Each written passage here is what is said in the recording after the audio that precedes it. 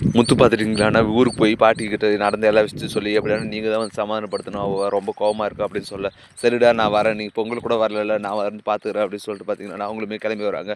கிளம்பி வீட்டுக்கு போன உடனே பார்த்தீங்கன்னா அண்ணாமலை பார்த்துட்டு எப்படிமா இருக்கு நல்லா இருக்கு அப்படின்னு சொல்லி கேட்டிருக்கேன். அந்த டைம் பார்த்தீங்கன்னா வித்யா வராங்க. வித்யா பார்த்துட்டு ஐயோ இவங்க திருப்பி வந்துட்டாங்களா இப்போ என்ன பிரச்சனை கிளப்ப போகிறாங்களோ அப்படின்னு சொல்லிட்டு வித்யா ரொம்ப பயப்படுறாங்க.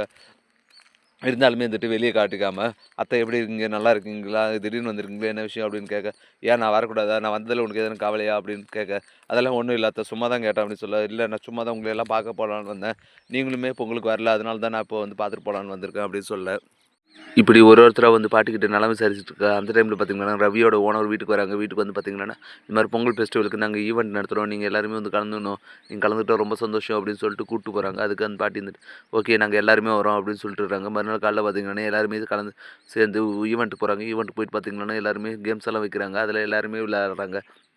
அந்த டைமில் பார்த்தீங்கன்னா எல்லாருமே ஜோடி ஜோடியாக கலந்துன்னு சொல்கிறாங்க. அதுக்கு முத்து வந்துட்டு எல்லாருமே வந்து அவங்க வீட்டுக்காரியை பார்க்க அவங்க எல்லாருமே வந்து பார்த்தீங்கன்னா திருப்பி இது முறைக்கிறாங்க. என்னடா இது வம்பா போச்சு ஜோடி ஜோடியாக விளையாடணும்னு சொல்கிறாங்க. இவன் வேறு நம்மளை முறைக்கிறா என்ன பண்ணுறதுன்னு தெரியல அப்படின்னு சொல்லிட்டு முத்து பார்த்தீங்கன்னா புலம்புறாங்க.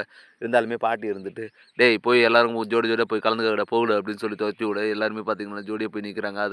அதுக்கப்புறம் பார்த்தீங்கன்னா எப்படி இது விளையாடுறது அப்படின்னு சொல்லி நினச்சிட்டு இருக்க விளையாடுற கேப்பு சாக்கில் என்னாலும் தொட்டிங்களா எதனா உரசிங்களா அவ்வளோதான் நடக்கிறதே வேறு நான் அப்புறம் எதாவது திட்டிடுவோம் பார்த்துக்கோங்க அப்படின்னு சொல்லிட்டு மீனை மிரட்டுறாங்க. நான் ஒன்றும் சொல்ல எங்கள் பாட்டி தான் அமுச்சு விடுச்சு வேணா நீ பாட்டிக்கிட்ட சொல்லு அப்படின்னு சொல்ல நான் ஏன் சொல்லணும் நான் சொல்ல அப்புறம் நீங்கள் நல்லவராயிருங்க நான் கெட்டவளாயிருணுமா அதெல்லாம் ஒன்றும் தேவையில்ல ஒழுங்கா என்ன டச் பண்ணாமல் விளையாடுங்கன்னு சொல்கிறாங்க.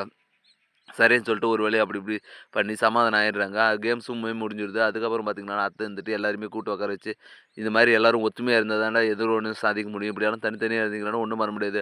ஆளாளுக்கு உங்க கோவத்தெல்லாம் ஒதுக்கி வச்சுட்டு, எல்லாருமே வந்து ஒருத்தருக்கு ஒருத்தர் விட்டு குடுத்து சந்தோஷமா வாழுங்க. அப்பதான் நீங்க எல்லாருமே நல்லபடியா இருப்பீங்க அப்படின்னு சொல்லிட்டு பார்த்தீங்கன்னா, அட்வைஸ் பண்ணிட்டு போறாங்க. இத கேட்டு பார்த்தீங்கன்னா, எல்லாருமே வந்து சமாதானம் ஆயிடுறாங்க. ஆனா ரோஹிணி, மனோஜ் பார்த்தீங்கன்னா சமாதானம் ஆகுற மாரி தெரியல. ரோஹிணிக்கு இருந்துட்டு இந்த மனோஜ் வர வர நம்மள மாரி புரிஞ்சுக்கவே மாட்றான். அவங்க அம்மா சொல்றதவே கேட்டு இருக்கான். நம்மள வர அடிக்கடி சந்தேகப்பட்டு இருக்கா அப்படின்னு நினச்சிட்டு இருக்காங்க. அதுக்கு மனோஜ் இருந்துட்டு, "நீயும் தான் வர வர என்கிட்ட எதுவுமே சொல்ல மாட்ற. எனக்கு தெரியாம நெறைய விஷயத்த மறைக்கிற. என்னன்னு என்கிட்ட சொல்ல மாட்ற. என்ன ஒரு புருஷனா கூட நீ மதிக்க மாட்ற. உன் இஷ்டத்துக்கு எல்லாம் பண்ற." அப்படின்னு சொல்லிட்டு பார்த்தீங்கன்னா, ரோஹிணிய திட்டி இப்படி மாத்தி மாத்தி சண்டை போட்டுருக்க. "டேய் உங்க 2 பேருக்கும் இந்த பிரச்சனை ஓயலடா. ஏதோ ஒண்ணு பண்ணி சமாதானம் ஆயிக்கங்கடா. நீயும் அவனும் விட்டு குடுத்து போனா தானே வாழ்க்கை. ஆளுக்கு ஒரு ஒருத்தர் புரிஞ்சுட்டு சந்தோஷமா வாழுங்கடான்னு" சொல்லிட்டு பார்த்தீங்கன்னா, பாட்டியும் அங்கேருந்து கிளம்பிடுறாங்க. சரின்னு சொல்லிட்டு பார்த்தீங்களாண்ணா கிளம்புறாங்க. கிளம்புற டைமில் பார்த்தீங்கன்னா, "சரி முத்து நான் வந்த வேலை முடிஞ்சிருச்சு. நான் கிளம்பட்டா?